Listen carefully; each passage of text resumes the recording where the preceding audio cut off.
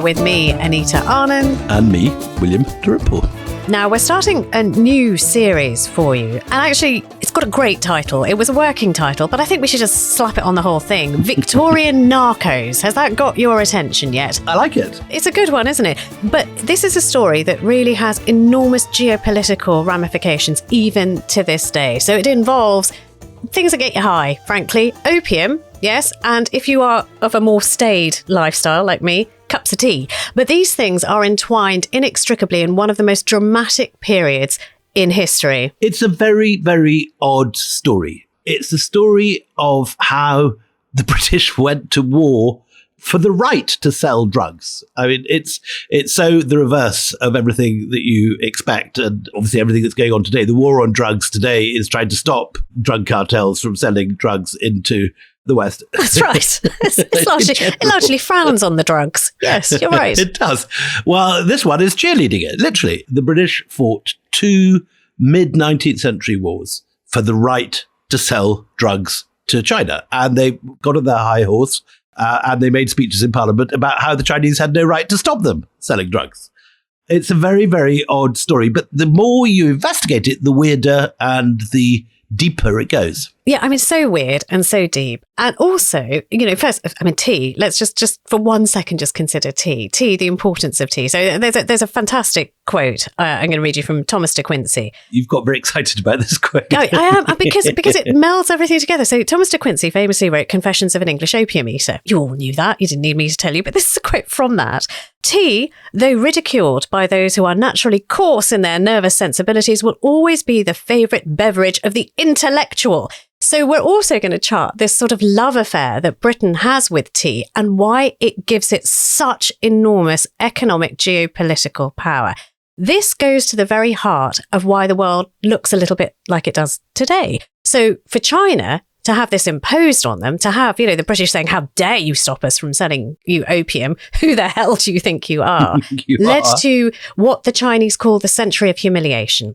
And that has set the die in Chinese minds, certainly, for this resurgence of Chinese pride, a resurgence of Chinese muscularity, which leads directly to the creation of the Chinese Communist Party, of Mao, of this isolationist realm that decides it is going to fight back and redefine itself and never again will be told what it's allowed to have in its borders or not. So it is a real imperial story with, as William says, completely unexpected twists and turns. There's a very funny story, which I love, which is when George Osborne and David Cameron went to Beijing to try and improve British-Chinese relations a decade ago. It happened to be in November and it was Remembrance Day. So that they, of course, to avoid getting sort of lectured by the Daily Mail, they arrived with their poppies in their lapels. And got off the plane in Beijing wearing red poppies. Means something else in China. Means something else when you're getting over a century of humiliation over opium and the poppies that create those things. And you've just come back from Hong Kong, haven't you? I mean, you've just come back from a place where you've seen this and the indelible print that this period of history has left. I have been in Hong Kong researching this, in fact, both tea and the whole story of the Opium Wars. And what struck me, as well as the fact that it's so central to understand modern China and how modern China sees itself now, not as some sort of new arrivist on the scene, as it's sometimes talked about in the Western press, but it is China coming back to its old position as the Middle Kingdom at the center of the world, taking its rightful place as the main power in the world, and recovering from this century of humiliation. But what also I think is crucial and fascinating is I don't think any of us really understand how important opium was for the whole British imperial exercise. It wasn't just the two Opium Wars and this sort of, strange urge to sell drugs for the hell of it to China. It's at the heart of the whole imperial project. Cities like Bombay, Calcutta, and Singapore are there now and are as large and as rich as they are because of the trade in opium. And it had multiple effects. It not only covered the balance of payment problem of the British, who were buying so much tea by the early 19th century that they were massively in debt to the Chinese. And opium not only wiped that out, but actually gave the East India Company and the British government a positive balance of trade. But what it also does is that it sort of rebalances world trade so that for the only time in all of history, silver and gold are flowing from China and the East to Europe for almost the whole of world history up to that point, from the Roman times onwards. All those episodes we did on the Golden Road, my book, and the story of how Roman gold used to pour into Indian pockets. That's the beginning of 1,500 years of Western money ending up in Indian purses and Chinese purses. But this whole episode with the opium reverses that and changes it. But it also, in a very weird way, provides the British government with money because they tax the tea. And it's the tax on tea, as we're going to hear more in this episode, which, finances British imperial expansion elsewhere. So in every way, this is a much, much more central and important story than you'd expect. Let's start with the old hackneyed phrase, which is, I wouldn't do that for all the tea in China. So let's start with the actual origin of tea and its relationship with China. So we know that the oldest tea has been discovered by archaeologists going back 2,150 years. And it was found in the tomb of a Chinese emperor. Tell us more about that. Tea is indigenous to Southeast Asia and to China. The monsoon rains provide the sort of dousing that you need to get tea growing. And the warmth and the wetness of that part of the world suits the tea tree. And very early on, people begin to trade in it. And while, as you say, there are tea leaves found in imperial tombs dating back 4,000 years. So this is very early in man's history. And in my trip to Hong Kong, I saw teapots that still survive completely intact from about 250 BC. But from that period, it's a major item of trade in China. And there are trails leading to tea going to places like Tibet and Burma and Mongolia. And in the Tang period, which is the kind of, the golden age of imperial China, it becomes a massive pan-Chinese drink. It's the archetypal drink associated, perhaps bizarrely and not necessarily as you'd imagine, with scholarship and with poetry. It's all part of a thing. If you were the Confucian scholar, you'd yearn for the countryside. You'd love to be next to some waterfall in a forest in the mountains, drinking a cup of tea and writing poetry. That was the ideal. That was what brilliant young men wanted to do. But the other thing that is interesting about tea in China is that it's not just the way we drink tea. I mean, even in those earliest days, it was part of ceremonial ritual, wasn't it? I've been lucky enough to do a tea ceremony when I was... Have you? Yes, I did. I mean, it's very elaborate. There's a lot of, silence, and you've got to be solemn, and it's a reverential act of drinking tea. Well, people took it very seriously. It wasn't just, having a cup of tea. As early as 780, there is a book called The Classic of Tea, written by a scholar called Lu Yu. And he describes how tea stimulates the mental faculties, promotes a temperate lifestyle, and provokes the liveliness of poetic feelings. That's a quote, which is not exactly how we think of a cup of tea. We think of sort of having something mid-morning to restore you, but that it is a far more high-minded and sort of scholarly business if you're an 8th century Chinese intellectual. What I find fascinating about this, and this reminds me of our coffee episode, that this predates any notion of the fact that there is caffeine or an active ingredient in this, but both those who discover, those goat chewed coffee beans and also, sort of the leaves from the tea plant, they do recognize this alertness that it gives you, or almost give it sort of this spiritual aspect, because it changes the way you think and look at the world. And that is caffeine. That's got to be the caffeination of the drink. I'm really interested, though, in the way that the taste spreads, because if you give a young child, I have a young child, a cup of tea for the first time, and, we douse ours with milk and sugar, but just a cup of tea straight, it is bitter. And, a small child will always reject it and go, what's that? Give me juice. At what point do people say, actually, this is gorgeous. I like this more. This is a gorgeous drink. When does that happen? How does the taste start spreading around? As you said, it's turned into a great sort of tamasha, as they say in India. It's a great ceremony. And even today in Hong Kong last week, buying my tea, I was given a whole sort of A4 instruction for how the different kinds of teas, whether it was a lapsang or it was jasmine pearls or an oolong, how all these different things should be only have hot water in them for 1 or 2 or 4 minutes. And then you've got to withdraw the tea leaves, sort of dunking a tea bag in for half an hour like you might do in a British cuppa. And very early on, also, as well as being associated with poetry, it's associated with Buddhism. For some reason, it's regarded as something cleansing, purifying, and goes very well with the whole Buddhist faith. And it's as a Zen Buddhist drink that it spreads to Japan in one direction. And then with Buddhism that it spreads to Mongolia, and there the Mongols are the first people to add milk and cream to it, which the Chinese would have regarded as an atrocity. Sacrilegious, as a sacrilegious way of treating your tea.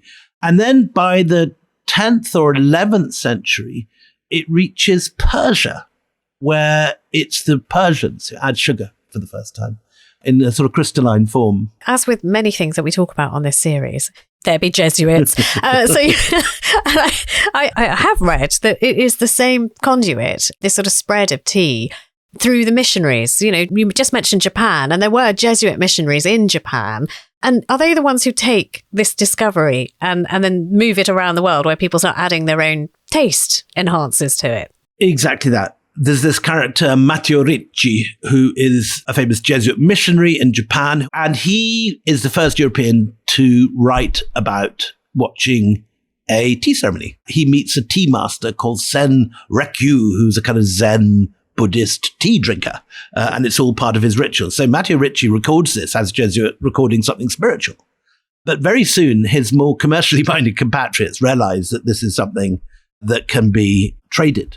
And not only the Portuguese, but the Dutch get onto it pretty quick. Before you can trade it, you've got to get it out of the hands of the Chinese, because don't they grow it? I mean, the thing is, the Dutch aren't growing it. Others don't have the plants, do they? So, I mean, how can they even countenance the fact that they might grow this stuff and start selling it around the world? So the place where that sort of transference happens is the island of Java in Indonesia. And the Dutch have got Batavia. One story we will definitely do on this podcast at some point is the whole story of the Dutch wars over spices. Our friend Giles Milton, who did our Smyrna episode, he's fabulous, wrote a wonderful book called Nathaniel's Nutmeg about this. But when the Dutch are opening up their markets in Batavia, which is the port of modern Jakarta today, they have Chinese traders coming in selling tea in these Dutch-owned markets. And that's how the Dutch get onto it. And it is the Dutch, counterintuitively, who first bring it to India. And we hear about it in Surat, which is a port we've talked a lot about on this pod. But also there's a really lovely thing here, because there are 2 pronunciations of tea in the world. Like, so from India, we call it chai, but you also have tea. And in Germany, it's teh. So this is the bifurcation when the Dutch get involved, that you have this different pronunciation that's launched into the world. I mean, just talk a bit about that, because I love this story. So I didn't know until I was researching this that actually both those words have a Chinese origin. And one is from North China and one is from South China. And I think it's teh, which goes into the European stream. And chai that goes east, which is why, sort of Eastern countries, we call it chai. Or as, you good people like to call them chai lattes. I can't tell you what that does to an Indian sensibility, but it's not a good thing. Not a good thing, chai latte. But look, so you've got chai from one half of the world because it comes from one part of China, and you've got tea because of the other traders. The Dutch East India Company, though, you say, they're the first to jump onto this, and they do say very quickly that tea was easily the most profitable product that they have ever dabbled in, because the money starts rolling in quickly, doesn't it? We've got the first details of a Brit having a cup of tea. Actually happens in Surat, a character called Peter Mundy. And he travels from Surat, where he first encounters tea. And Surat is in Gujarat, which is a great trading port and very well known for diamond merchants, but also because it's a port, lots of traders come into Surat. It's an incredibly wealthy city in India. So Peter Mundy washes up in Surat, and then what? And he says there is a herb with water boiled in it, he says. It must be drank warm and is accompanied wholesome. And that rather sort of ungrammatical sentence is the first thing written by an Englishman about tea. The first of many, many thousands of pages which will be written, because it becomes astonishingly central to the British economy. But oddly enough, it's not the British who were even first, second or third off the starting blocks at the beginning. It goes to Portugal, it goes to Holland, even goes to France before it gets to Britain. And in Louis XIV's 17th century France, it becomes a very fancy drink. Parisian physicians call it the impertinent novelty of the age. Cardinal Mazarin takes it for his gout, while Racine regards it as, the perfect drink for an Enlightenment philosopher. Oh, that's interesting. So, I mean, that's early on, though. But it's, again, so the spiritual is sort of leached out of it now, and it is the medicinal. It is the qualities, again, caffeine.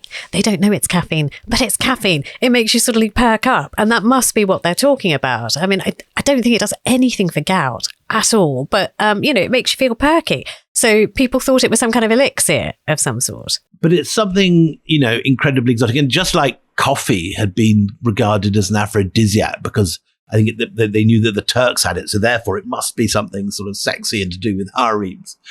So it's regarded as a panacea when it arrives in England. And the person who brings it to England is the Portuguese princess, Catherine of Braganza. Just remind me, Catherine of Braganza is the same person who got Bombay as a dowry present. Exactly, and Tangiers. It's a great story, well, yes. Okay, so, she gets a whole city as a dowry present. So Catherine of Braganza, the wife of King Charles II, she is Portuguese by origin, and the first European nation to enter the Indian Ocean is Portugal, as William was saying. So they have this sort of network of colonies, the Portuguese, and, we talked about Jesuits, so being the sort of slipstream of bringing new things back, but they also have Macau in southern China. It's being leased to the Portuguese in 1557 by, the ruling Ming dynasty. But in 1662, Catherine of Braganza, she gets married. Portugal has been consuming Chinese products for over a century. Chinoiserie and everything to do with China is exotic and it's funky and it's sexy, as you were saying. So the practice of tea drinking among the upper classes is already there. So Catherine Braganza and her mate will know about the tea. So she brings it as part of this dowry, if you like, when she gets married, a casket of tea. And I love the detail on this. A casket of tea and a set of 6 small islands that will become Bombay. It's such a great story. There's a very nice story, which I think I've told before on this podcast, but which I love, that when the marriage contract arrives in London, the map has somehow got detached. And there's lots of puzzlement in London about where this place, which is, it's spelt Bombay, Bumbye when it arrives. And there's great discussion in court about where Bombay might be. And they decide it must be somewhere in Brazil. Right. But interesting. So it's Bombay, which is like Mumbai, which is now it's reverted back to the Indian way of saying it. So you can see that whole stem. It was Mumbai or Bombay before the Brits Bombayed it up. Do people value the tea more than they value this weird set of islands that they've lost the map for, Bombay? I mean, do they care very much about that, or are they more excited about the tea casket? Well, we hear a lot about the tea, and there's a royalist poet from this period called Edmund Waller who writes a poem on tea in honour of the Queen's birthday and champions the best of queens and the best of herbs, as he calls it. And this, again, I think is the first poem in English about tea.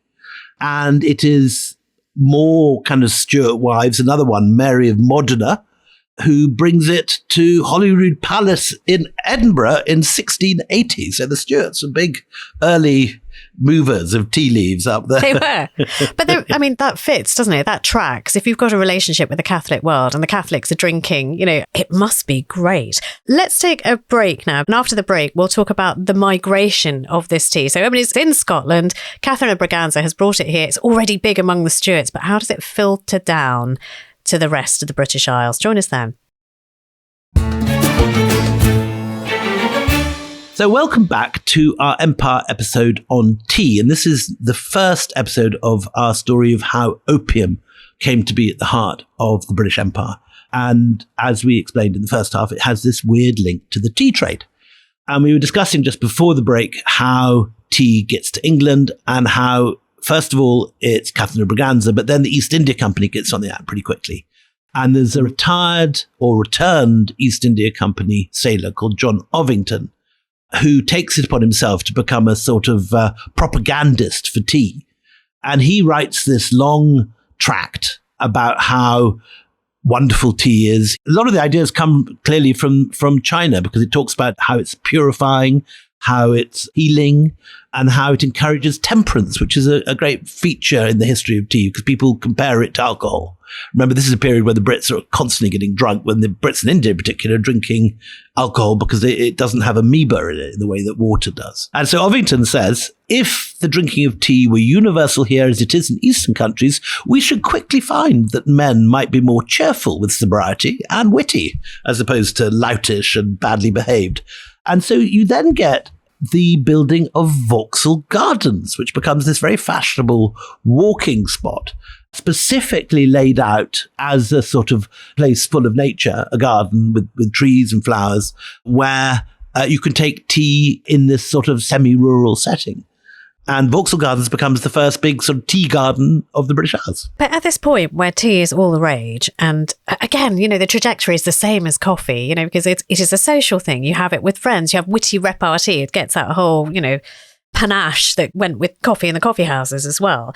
But are they buying all this tea from China? Is it just only China that is selling them the tea that is now so in vogue? Well, not initially, no, because they haven't opened up trade relations with China yet. They're not going to sell. So where are they getting it from? They're getting it from the Portuguese and the Dutch, and getting it via Java and via Macau. And they have got it, just as a reminder, the Portuguese, because they have Java and Macau, they have tea plants because of the Chinese toing and froing between Macau. They're allowed to have it because the Chinese are quite protectionist at this point. So how does that sort of transfer work? No, I don't think they're growing it in Java. I think they're just trading it through Java. I think that's the trajectory, that tea leaves are being traded. China is still tea central. So that's important.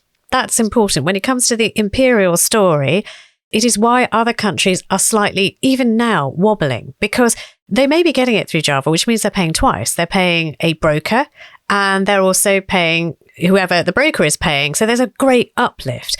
And if you were sitting in an exchequer thinking, hang on, how much are we paying? What if we had our own, or what if we had direct trade routes to China? Then, we could cut out the brokers. At least that uplift would be gone and it would be cheaper. So that's exactly it. But initially, I think it's not in search of tea that the British go to China. They go in search of sugar and ginger on their first expedition, which is in 1717. But they buy some tea while they're there. It isn't something that they've set out to buy. But they get some, and it goes so quickly when it arrives in London that the company tells them to get some more. And the orders on the next voyage are, bring as much tea in the ship as you can conveniently stow.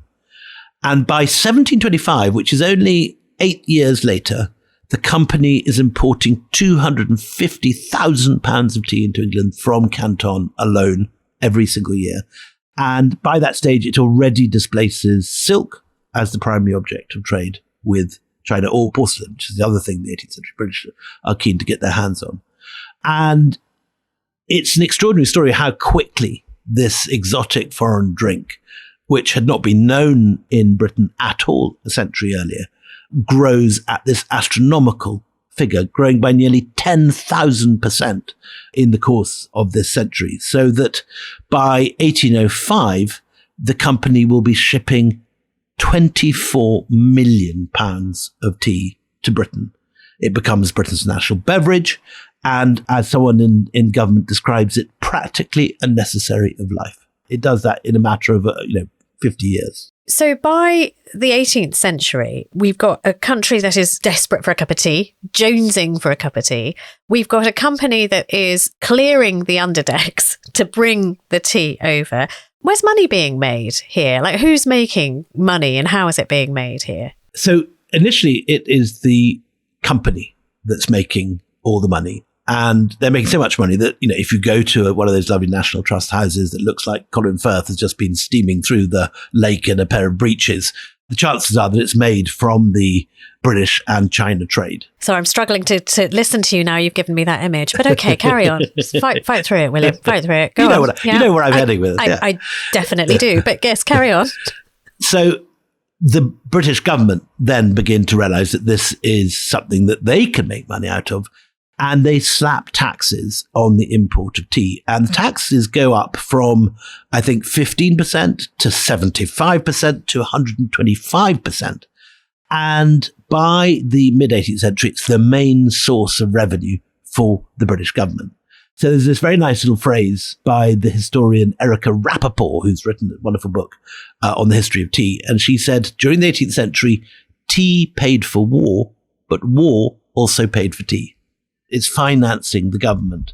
And in a sense, it's the engine now, which is provoking further British imperial expansion. And throughout much of the 18th and 19th centuries, the tax on tea accounts for nearly a tenth of all British government revenue.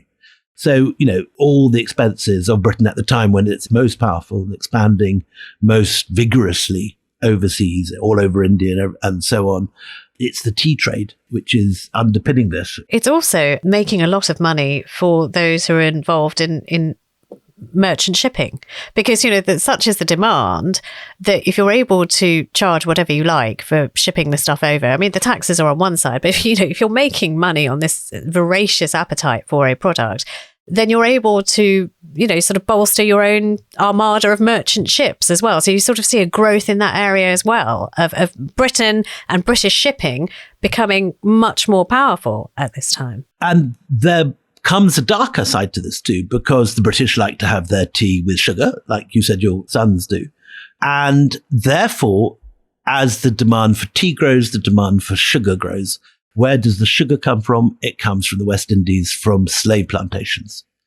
And so in order to keep the British refreshed and restored, you not only have this entire economy in the East, but you also have a slave economy with enslaved Africans being shipped across the Middle Passage. We did a whole series on this a couple of years ago, to the slave plantations in the Caribbean to grow sugar so that the British can get their tea.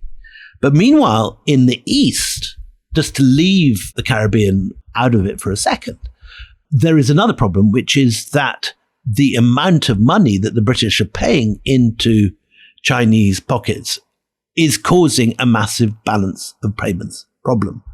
The West is hemorrhaging money and silver into Chinese pockets, and the British, particularly the British East India Company, which is organising this trade, have a problem because they've just now beginning to seize land in India, and they are no longer having to pour money into Indian pockets because they now, have taken control by force and by military means. They've seized areas like Bengal, so they don't have to pay as much for their cloth, but they're now losing all their silver into Chinese pockets.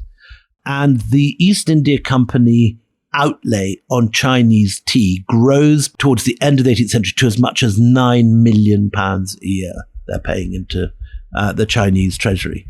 And you will not guess, Anita, who comes up with the solution to this.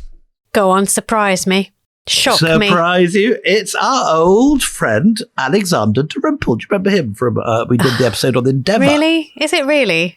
Is it really? It's actually, I didn't know this actually until I was reading John Kay's wonderful book, The Honourable Company. Alexander was the cartographer and hydrographer of the East India Company. And there's a lovely story that when the company captured Pondicherry, the French centre in India, Alexander brought all the British maps down from Madras to the map room in the French headquarters. And they had captured, I think, all the Spanish or Portuguese maps of the whole region. And Alexander put them all together like a jigsaw and realized that there was a large landmass where we now know Australia is. And it was Alexander who wrote this book called The Great Southern Continent and raised money for an expedition to go and find it. And then at the last minute, he wasn't given command of the vessel. And being the harumphy, bad-tempered and slightly obstinate, not slightly, very obstinate man that he actually was, he said, well, if you're not putting me in charge of the whole expedition, only in charge of the scientific bit, I'm not going. And he sat on the quay in Leith. And this other character who was just the jobbing captain, called Captain James Cook, went off and discovered Australia in one of the great errors of history, but for which everyone would now know, Dalrymple family history far better, and the name would be better spelt. And anyway, it's one of the great missed opportunities, in my view, of world history. But we all regret that decision so much, because then we'd be able to talk about Dalrymple so much more than we already do on this bloody podcast. Right, okay, good. But anyway, the point of the story is that he spent a lot of time in Southeast Asia and mapped the Malacca Straits and so on for the first time for the British, and came up with this idea of this triangular trade, that it may be that the Chinese don't want to buy anything from the British, not even, our clocks and whirligigs and all the clever industrial things that we think we've made. They liked nothing. And they might not want anything from India other than a little bit of cotton and a little bit of saltpeter, which they used for their gunpowder. But they did like stuff from Southeast Asia. They liked pepper and spices, and they liked opium. And he just put this casually in the letter. But it's the first time any Brit has the idea that you can sell opium to the Chinese. And so it's the beginning of this whole terrible story, I'm ashamed to say. So he's the one to blame. I mean, it's clever, but it leads to an utter catastrophe. How proud do you feel? I mean, seriously, I sometimes worry about you, because you offer these things and then, we end that conversation and I feel like we haven't followed through on the therapy. I mean, he does end up screwing a country. What do you think when you suddenly look into this sort of background? He's only doing it as a three-way trade. He's not responsible for growing poppies or Wasn't even him, Governor, suggesting that poppies is going to be the main thing. But he plays a role in the story. As you may have noticed, the Dalrymples are rarely on the right side of history. No, whether I think it's extraordinary. American Civil War or Ireland at the Eastern Rising, or at Culloden, they're invariably on the wrong side. On the wrong side. But you're not. You're on the right side, and that's all that matters. You're very Lovely. sweet. Thank you Seriously, very much. As far as we know, as far as it goes. For the purposes of this podcast. We'll see what skeletons fall out of that wardrobe a little later on. But look, shall we leave it there, and then maybe when we come back in the next episode of this series, we shall talk about, now the idea has been planted like a poppy seed in the soil, of opium being a commodity worth trading. And again, this is really important. It's the balance of payments that is everything. A country does not like to see its wealth leached out in one direction unless those people are buying something back. We're recording this on the day that Trump is imposing tariffs to try and sort out his balance of payments problem. So this is a continual issue in history. Yeah, no, I think that's a brilliant analogy. So tariffs, balance of payments, you can see why this is such a contemporary story in many ways. And join us for the next episode when we talk about how the poppy rebalances these economies. And if you want to hear the next episode right now, all you need to do is sign up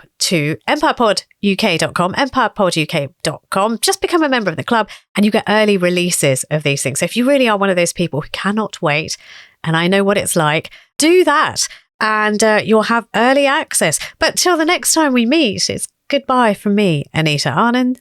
And goodbye from me, William Dalrymple.